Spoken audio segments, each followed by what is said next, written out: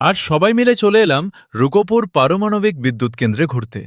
দূর থেকেই বিশাল কুলিং টাওয়ারগুলো চোখে পড়ে, যা সত্যিই দারুণ আকর্ষণীয়। এটি বাংলাদেশের প্রথম পারমাণবিক বিদ্যুৎ কেন্দ্র, পাবনার ঈশ্বরদীর রূপপুরে পদ্মা নদীর তীরে অবস্থিত। আধুনিক প্রযুক্তিতে নির্মিত এই প্রকল্প দেশের বিদ্যুৎ উৎপাদনে গুরুত্বপূর্ণ ভূমিকা রাখবে। চারপাশের পরিচ্ছন্ন পরিবেশ, বিশাল অবকাঠামো আর সুউচ্চ স্থাপনাগুলো দেখে মুগ্ধ হয়ে গেলাম। নিরাপত্তার কারণে মূল স্থাপনার ভেতরে সাধারণ দর্শনার্থীদের প্রবেশের সুযোগ নেই, তাই বাইরে থেকেই পুরো এলাকার সৌন্দর্য উপভোগ করলাম এবং অনেক সুন্দর ছবি তুললাম। কাছ থেকে এত বড় একটি জাতীয় উন্নয়ন প্রকল্প দেখে সত্যি গর্ব অনুভব হল। প্রযুক্তি, প্রকৌশল আর দেশের অগ্রগতির এক অনন্য প্রতীক এই রূপপুর পারমাণবিক বিদ্যুৎ কেন্দ্র।